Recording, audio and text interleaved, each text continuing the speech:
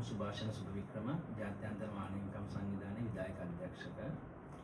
අද දින සුවිශේෂී වැඩසටහනකට මම සහභාගී වෙන්නේ.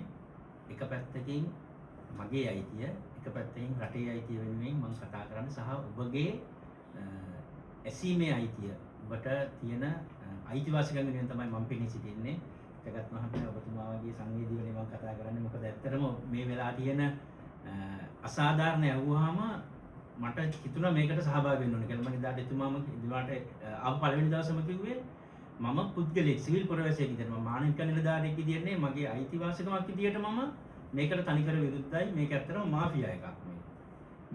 මේවට අපි විරුද්ධයි. මේ රටේ එහෙම දේවල් වෙන්න බෑ. අයිතිවාසිකම් කියන එක අපි හැමෝටම සමානව තියෙන්න ඕන. විශේෂයෙන්ම අපේ පුංචි කාලේ රසවත් කරපු මේ ගායන ශිල්පීන්ට අපි ඉසන ආචාර කරනවා. මොකද අපේ අපේ සතුට තිබුණේ, අපේ නිදහස තිබුණේ ඔවුන්ගේ ගීත තුල. ඉතින් ඒක වර්තමානයේ වෙනකොට මේ යම්කිසි කණ්ඩායමක් ඒක ගිලගන්න උත්සාහ කරනවා නම් වර්තමාන රජයටත් අපි බලපෑමක් කරනවා. මොකද හේතුව මේ වර්තමාන රජය ඇත්තටම මේ දේවල් වෙනස් කරන්න තමයි මේ රජයපත් උනේ. ඉතින් දැන් වසර දෙකකුත් වෙනවා වුන්පත් වෙලා. ඉතින් අපි බලාපොරොත්තු වෙනවා ඉදිරියේදී මේ සාධාරණ දෙයට උන් නැහුම්කන් දෙයි කියලා. එහෙම නැති වුණොත් ඔබතුමාලා නැතත් අපි මේ වෙනුවෙන් අපි මේ ගායක ගායකයන් අපි මැදිහත් වෙනවා අපේ සංවිධානයේ පිටියට මෙන්න මේ උන්ගේ අයිතිවාසිකම් ඉල්ලද. මම කෙටියෙන් කියන සරලව මේ ජගත් වික්‍රමසිංහ මහතා දිග කතාවක් කරපු එකේ කෙටියෙන් අපිට මොකද්ද වෙලා තියෙන දේ කියන මම කියන්නම්. ගීතයක් නිර්මාණය වෙනකොට ගීතය ලියනවා කෙනෙක්, තනු නිර්මාණය කරනවා, ගායනා කරනවා. එතකොට මේ තුන් දෙනාගේම නිර්මාණයක් කරනවා. අපි පුංචි උදාහරණයකට ගමු. ගුණදාස කපුගේ මහත්මයාගේ දවසක් පැරණ තියෙන ගීතය. එතකොට මේ ගීතය ලියපු කෙනා එක්කෙනෙක්, තනු රචනය එක්කෙනෙක්, ගායනා කරන එක්කෙනෙක්. අපිට මේ සින්දුව ඇහෙන්නේ අවසානයේදී කාගෙන්ද? ලියපු කෙනෙක් නෙමෙයි, තනු රචකයෙක් නෙමෙයි, ගායකයාගේ කටහඬින් තමයි. මගේ වයස අවුරුදු 40 ගාණක් වෙනවා. මම මේක මට ඇහෙන කාලෙක ඉඳලා මම අහලා තියෙන්නේ එතුමායි කටහඬින්. එතකොට දැන් වර්තමානයේ වෙලා තියෙන දේ සින්දුව ලියපු කෙනාට පුළුවන් මේක මේ කැමති කෙනෙකුට කියලා කියන්න. අයිතිය දෙන්න එතුමාට ගීතය. අපිට ප්‍රශ්නයක් නෑ අයිතිය සම්බන්ධයෙන්. හැබැයි අපිට අර මූලිකව මේ ගීතය නිර්මාණය වෙද්දී සමාජගත වෙනකොට මේ ගීතය ඇහෙනකොට ඒ ලැබිච්ච රසය තව කෙනෙකුට ඒක වෙනස් කරන්න අයිතියක් නෑ. නීතිමය අයිතියක් නෑ. කැමැත්තෙන් කෙනෙක් කියන එක වෙනම කතාවක්. ඌට පුළුවන් තව කෙනෙකුට කියලා නෑ. හැබැයි අර මූලික ගායකයාට කලේ කියලා. මේක නැවතත් මම කෙටියෙන් වචනේ කියලා නතර කරන්නම්. මේ ගායක නිර්මාණයකට තුන් කොටසක් එකතු වෙනවා. ගීතය ලියන කෙනා, සංගීතය සපයන කෙනා සහ ගායකයා. එතකොට මේ තුන් දෙනාටම අපි හැම උත්සවයකදීම යම්කිසි මුදලක් අපි අයින් කරනවා. දැන් වර්තමාන වෙලා තියෙන්නේ ගායකයා කියන කෙනා නැතුව මෙන්න මේ ගායක ලියපු කෙනාටයි පද රචකයාටයි විතරක් ඕන විදියට මේ මුදල් ඒ දෙගොල්ලෝ බෙදා ගන්නවා. තුන්වෙනි කාරණය ඌට අයිතියක් තියෙනවා. වසර ගානාවක් සමාජගත වෙච්ච ගීතය වෙන කෙනෙක් ලව කියවන්න.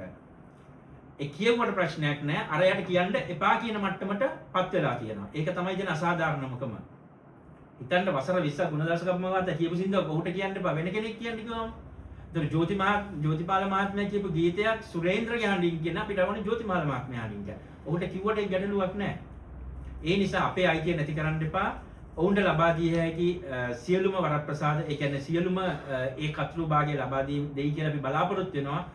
අපි මානව හිමිකම් සංවිධානයේ විදියට ඔබ ආයතනයේ ලිඛිත ඉල්ලීමකුත් කරනවා. ඊට පස්සේ අපි සමාජයේ බොහෝ තැන් මේ වගේ දැනුවත් කරන්න වෙයි. අද පළවෙනි වතාවට මෙතුමා උත්සාහ කරලා ඔබතුමාලව දැනුවත් කරලා මේ සාධාරණයක් බැරි වෙන තැන තමයි උන් සාධාරණයක් හොයාගෙන මේ ස්ථානට ආවේ.